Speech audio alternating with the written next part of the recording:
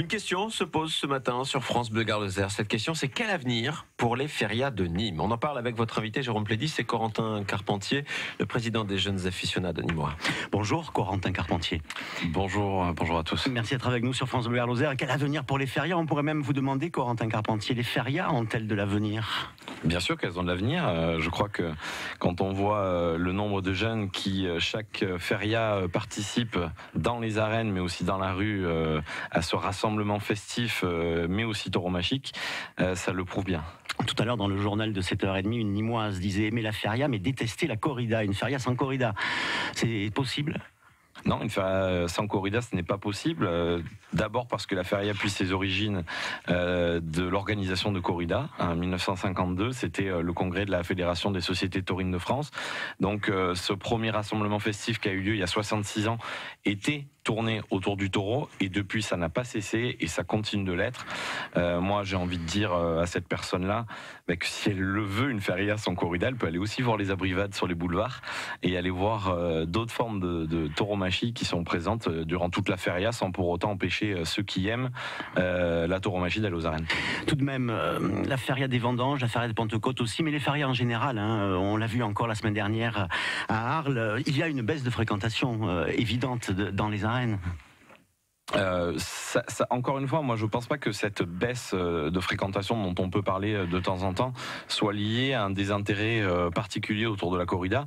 Il est aussi une nécessité de la part du Mundio de se remettre en question sur des affiches qui sont depuis trop longtemps les mêmes, avec le même type de taureau et le même type de torero depuis quelques années. Donc c'est une question de renouvellement plutôt et de fin de cycle, je trouve, plutôt qu'une remise en question globale de la corrida. En même temps, dimanche, ici même dans ces arènes de Nîmes, il y a une corrida assez inédite, à Nîmes en tout cas, avec justement des nouvelles têtes, des toreros qui ont émergé lors de cette saison, et visiblement à la taquilla, ça ne marche pas vraiment.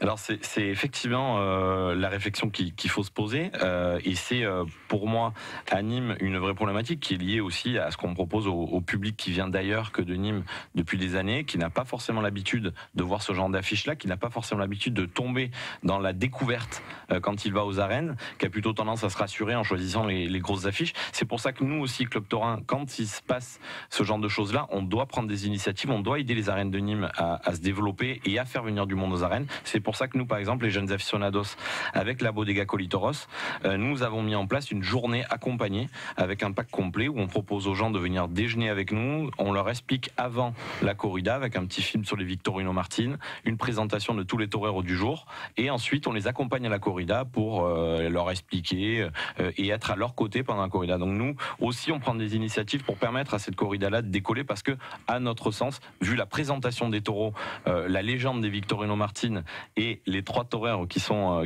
à l'affiche, c'est la corrida la plus importante de la feria pour nous. France Bleu Gard-Lozère, 7h51, et l'avenir des ferias de Nîmes évoqué avec Corentin Carpentier, notre invité ce matin. Il est président des jeunes aficionados nîmois. Au-delà de la corrida elle-même et de son avenir, il y a aussi donc effectivement l'avenir de la feria. Est-ce que la ville de Nîmes n'a pas intérêt tout de même à réfléchir à l'avenir de la feria, à changer un petit peu ce qui s'y passe? Bien sûr, aujourd'hui, je crois qu'il faut avoir une vraie réflexion sur ce qu'on veut faire de la feria de Nîmes, d'une identité qu'il faut recréer autour de notre feria. Il y a une dynamique qui est en train de prendre depuis 2 ans maintenant. Elle est autour du gin, et la feria de Nîmes pourrait avoir son mot à dire là-dessus. Un dress code en quelque sorte, comme ça se passe à Bayonne, où tout le monde est habillé de la même façon. Les fêtes du Sud-Ouest qui ont gardé leur identité, comme Dax, Bayonne par exemple, ne faiblissent pas en termes d'affluence. Et je crois que c'est parce qu'elles ont aussi leur identité du blanc et rouge, ou du rouge et blanc selon Dax ou Bayonne. On serait en bleu et blanc donc ici à Nîmes, si ça marche, c'est une initiative. En jean et blanc, je crois que ce serait une belle vision qu'on pourrait avoir des gens qui se rassemblent en ayant le même habillement, le même dress code. Côté festivité, tout simplement, là on n'est pas loin du boulevard Victor Hugo qui est le cœur de la fête, la musique à fond, le boum boum incessant. Est-ce que ça aussi c'est peut-être pas à changer, à réviser? Je crois qu'aujourd'hui, la clé de la feria et notamment de cet aspect festif dont on parle là, c'est aussi maintenir les bodegas en place. Je crois que si demain la feria devient une feria de boulevard seulement, parce que la feria de boulevard, c'est la feria populaire et on en a besoin, mais les bodegas de garage, les bodegas associatives doivent pouvoir perdurer. Or, aujourd'hui, c'est extrêmement difficile par rapport aux mesures de sécurité et par rapport au contexte actuel pour ces bodegas de survivre. Et l'esprit des grandes nuits nîmoises et des grandes fêtes nîmoises, c'est toujours lancé via les bodegas. Donc la réflexion est lancée. D'ailleurs, certainement que ça fera partie du débat dans les prochaines municipales qui arrivent, parce que c'est quand même aussi un cœur économique qui est en cause. Oui, tout à fait. Je crois que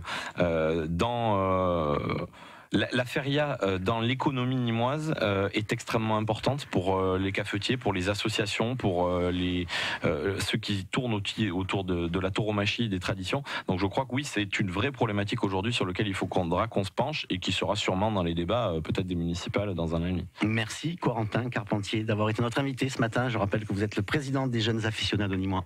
Bonne journée. Bonne journée.